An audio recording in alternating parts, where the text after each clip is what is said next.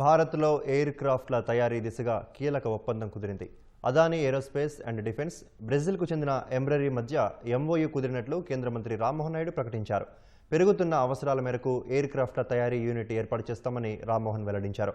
తద్వారా ఖర్చు తగ్గడంతో పాటు స్థానిక యువతకు ఉద్యోగ అవకాశాలు లభిస్తాయన్నారు.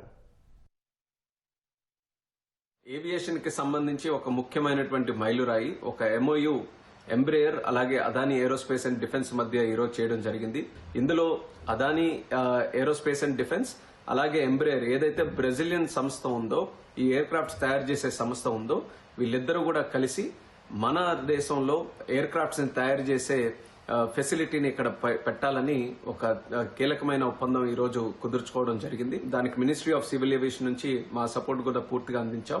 నేను కూడా మినిస్టర్ అయినప్పటి నుంచి ఒక పెద్ద ప్రయత్నం ఇక్కడ మ్యానుఫ్యాక్చరింగ్ ఈకో సిస్టమ్ భారతదేశంలో మరింత ఇంప్రూవ్ చేయాలనే ఆలోచనతో నేను కూడా ఒక ప్రయత్నం చేస్తూనే వచ్చాను. దీని ద్వారా మనం టార్గెట్ ఏంటంటే, ఏదైతే మన ఏవియేషన్ డిమాండ్ రోజు రోజుకి భారతదేశంలో పెరుగుతుందో, సుమారు ప్రతిరోజు కూడా 5 లక్షల మంది ఈ రోజు ఫ్లైట్ల ద్వారా ప్రయాణం చేస్తున్నారు.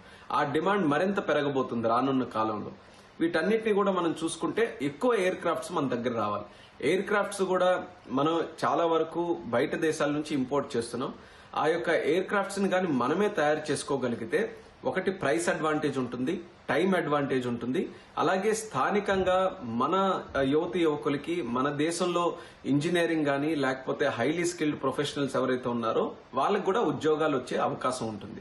కొత్తగా ఏవైతే ఎయిర్పోర్ట్స్ వస్తున్నాయో ఆ ప్రాంతాలకు కనెక్ట్ చేయడానికి చిన్న air crafts, domestic air crafts, regional transport air crafts, ఇలాంటి ఎయిర్ క్రాఫ్ట్స్ తాలూకా డిమాండ్ భారతదేశంలో అత్యధికంగా ఉంది. ఈ డిమాండ్ ని మనం ఎంచుకొని ఈ డిమాండ్ కి తగ్గట్టుగా ఈ ప్లేన్లు తయారు చేయాలని ఎంబ్రేయర్, అదానీ వాళ్ళిద్దరూ కూడా డిసైడ్ అయ్యారు.